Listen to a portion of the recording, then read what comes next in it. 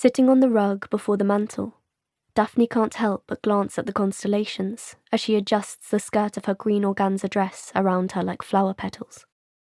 Babies born beneath the thorned rose are known to be beautiful. Those born beneath the hungry hawk are ambitious. Lonely heart children are known to sacrifice more than others. The crown of flames offers its offspring power, and the sisters three bestow balance and harmony. There are exceptions, of course. Daphne knows of plenty of people born beneath the thorned rose who did not grow up beautiful, and many born beneath the crown of flames who became chimney sweeps and cabbage farmers. But still, more people believe in the omens of the stars than don't. Even Daphne, logical as she is about most things, takes the daily horoscopes laid out with her breakfast to heart. Her eyes keep drifting to the mantel as she struggles to open the stolen bottle of champagne with her glass nail file. After some digging, the stopper comes loose with a loud pop that makes her shriek in surprise, the cork careening into the air and hitting the chandelier above, making the crystals chime together. The champagne bubbles over onto her dress and the rug, cold and wet. "Careful!" Sophronia cries out, hurrying to the adjoining powder room for towels. Beatriz snorts, holding 3 delicate crystal glasses to the mouth of the bottle, letting Daphne fill them up almost to the brim. "All what?" she calls after Sophronia. "It isn't as if we're going to be here long enough to get in trouble for ruining a rug." Sophronia returns, towel in hand, and begins mopping up the spilled champagne anyway, her brow furrowed. Seeing her expression, Beatriz softens. "Sorry, Sophie," she says, before taking a sip from one of the glasses and passing the others to her sisters. "I didn't mean—" She trails off, unsure of what, exactly, she did mean.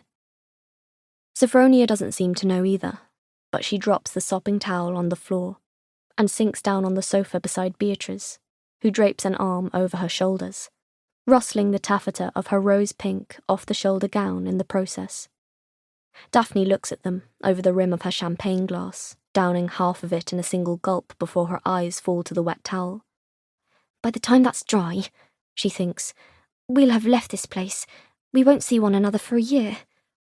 The first part is tolerable enough.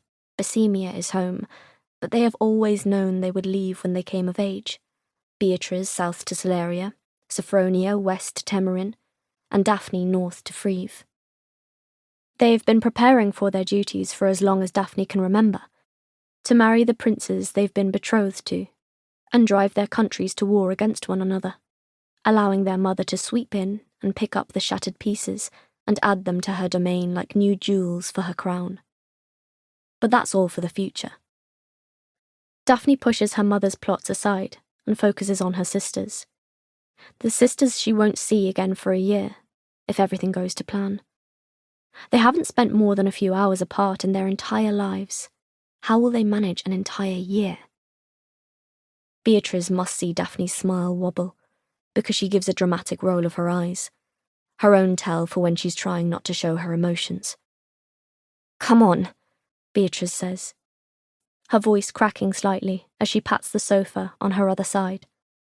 Daphne stands up from the rug for an instant before falling onto the sofa beside Beatriz gracelessly, letting her head drop onto Beatriz's bare shoulder. Beatriz's strapless sky blue gown looks terribly uncomfortable, its corseted bodice digging into her skin and leaving behind red indents that peek over the top, but Beatriz doesn't appear to feel it.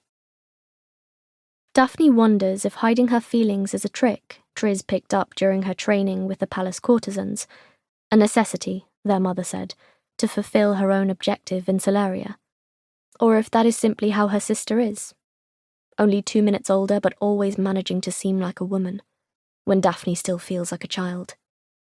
"Are you worried?" Sophronia asks, taking the daintiest of sips from her glass.